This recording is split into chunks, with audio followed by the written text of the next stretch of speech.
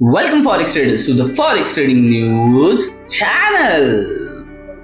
और यहाँ पे हम करते हैं गोल्ड का analysis on the basis of fundamental, technical और साइकोलॉजिकल लेवल्स। तो चलिए बढ़ते हैं अपने फर्स्ट सेगमेंट फंडामेंटल एनालिसिस की तरफ।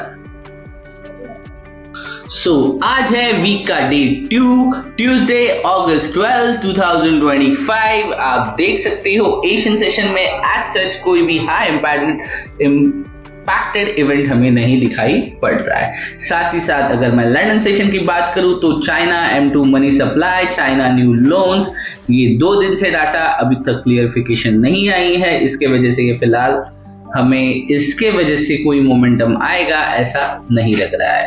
इसके साथ ही साथ न्यूयॉर्क सेशन के स्टार्ट में आप देख सकते हो, जो मैंने कल के दिन भी डाला था, आज है यूएस को CPI का मंथली डाटा, साथ ही साथ यूएस CPI का मंथली डाटा और यूएस CPI का ईयरली डाटा। अगर कोर CPI की बात करूं तो प्रीवियसली आया था 0.2, फोरकास्ट है 0.3%। प्रीवियसली CPI का डाटा आया था 0.3% और फोरकास्ट है 0.2%। और CPI का ईयरली डाटा प्रीवियसली आया था 2.7% और फोरकास्ट है 2.8%। तो कल अगर इवेंट की बात करूं तो कल मार्केट ने एक ड्रास्टिक फॉल दिखाया था जो मैंने एक्सपेक्ट नहीं किया था। शायद मार्केट साइडवेज होना चाहिए था, बट जिस तरह से इवेंट्स, टैरिफ और ओवरऑल ग्लोबली सेंटिमेंट चल रहे थे, वॉर भी रुक चुका है अगेंस्ट रशिया और यूक्रेन का, तो इसका इफेक्ट आपको देखने के लिए मिला है। और जो अपना मेन सपोर्ट लेवल था, मार्केट दोबारा $50 ऑलमोस्ट 3400 से 3351 तक का फॉल हमें देखने के लिए मिला है। तो चलते हैं न्यूज की तरफ। इसमें आप देख सकते हो gold gain ahead of US CPI data. Gold price rose around 3350 per ounce on a Tuesday following a sharp drop in the previous session as investors shifted their focus to US consumer inflation report that could provide fresh clues about the Federal Reserve interest rate path।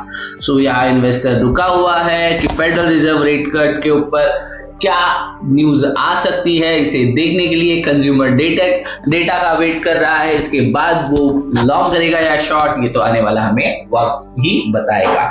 साथ ही साथ the previous metal fall 1.7% on a Monday after President Donald Trump clarified that gold will not be subject to tariff following earlier reports suggest that bullion imports could face duties। यहाँ आपको पता है last यानी Friday के दिन एक news आई थी जिसके अंदर 1 kg गोल्ड और 10 ग्राम्स गोल्ड के ऊपर अलग अलग टैरिफ की बात हुई थी। इसके बाद ये सिर्फ previous precious metal 1.7 clarify that gold will not be subject to tariff। इसके बाद आप देख सकते हो गोल्ड ने एक शार्प फॉल दिखाया है।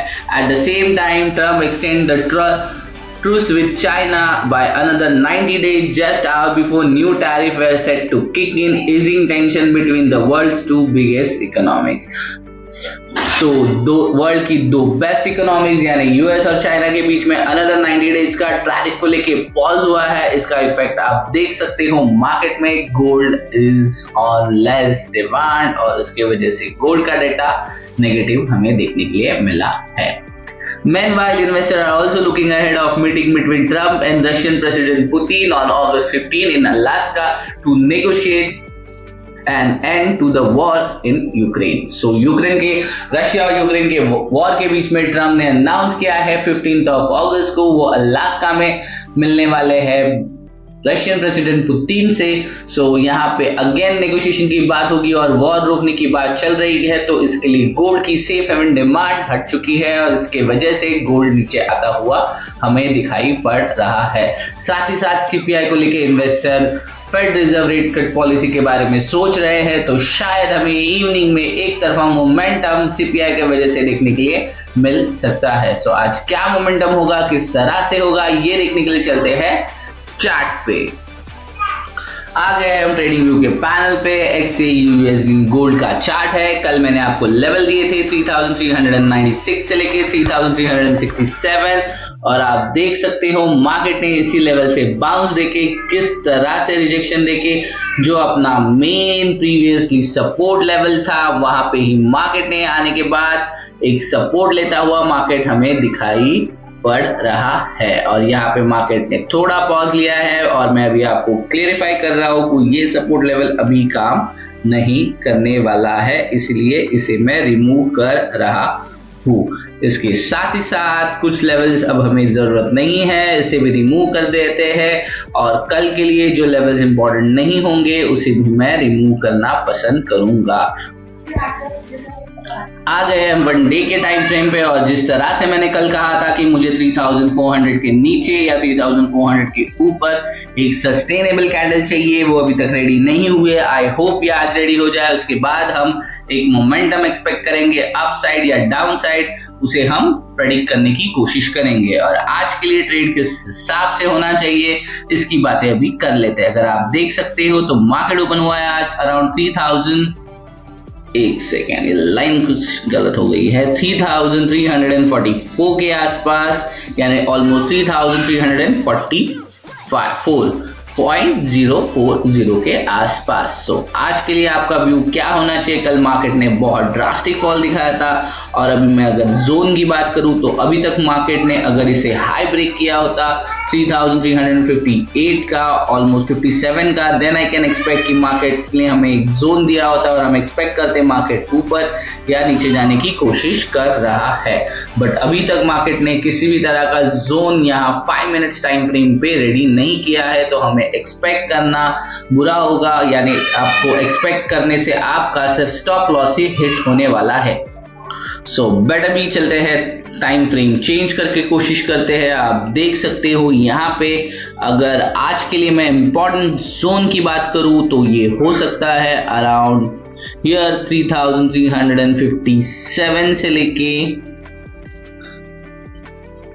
3346, और अगर इन दोनों के साथ साथ कोई लेवल इंपॉर्टेंट हो सकता है तो वो है 3342 और 3347। सो आप कंसीडर कर सकते हो, वेट कीजिए, ज्यादा रश करने की जरूरत नहीं है, क्योंकि 3400 एक अच्छा खासा रिजेक्शन पॉइंट हमें बहुत टाइम से रिजेक्ट होता हुआ दिखाई पड़ रहा है। अगर मैं आपको बिगर टाइम फ्रेम के साथ लेके चलूं तो आप देख सकते हो यहाँ पे कि मार्केट ने 1 2 3 4 5, अगर इसे भी कंसीडर करो तो 5-6 टाइम्स मार्केट ने ऑलमोस्ट इसे ब्रेकआउट करने की कोशिश की है, और यहाँ से मार्केट ने रिजेक्शन दिखाया है।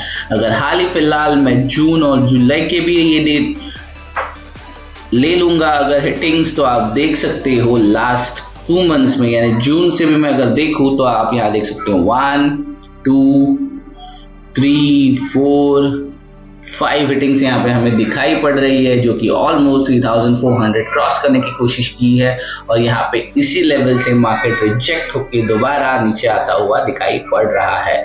पर यहाँ अभी देखना इंटरेस्टिंग होगा, यहाँ पे आप देख सकते हो लास्ट 1 2 3 इस तरह से ये जोन क्रिएट हुआ था, और इसके बाद ये इस तरह से कोशिश कर रहा है। अगर इसे अनसस्टेबल होना है तो इसे एटलीस्ट इसके नीचे गिर जाना होगा, जो कि इसे अनस्टेबल करने के लिए आना होगा 3268 के नीचे। सो मेजरली अभी फिलहाल मेरे हिसाब से ये एक सपोर्ट जोन बना हुआ है, जो कि है 3320 से लेके 3280 का। सो आप 3320 से लेके 3280, ये $40 का जोन है। शायद अगर मार्केट फॉल भी करेगा तो यहाँ से सपोर्ट लेने की कोशिश करके दोबारा 3400 ब्रेक करने के लिए जा सकता है, और इसे अगर अनस्टेबल होना है, इसे ये रैली कंटिन्यू करनी है, तो मेजरली फर्स्ट इसे आप देख सकते हो इसी जोन के अंदर से नीचे जाना होगा स्टिल,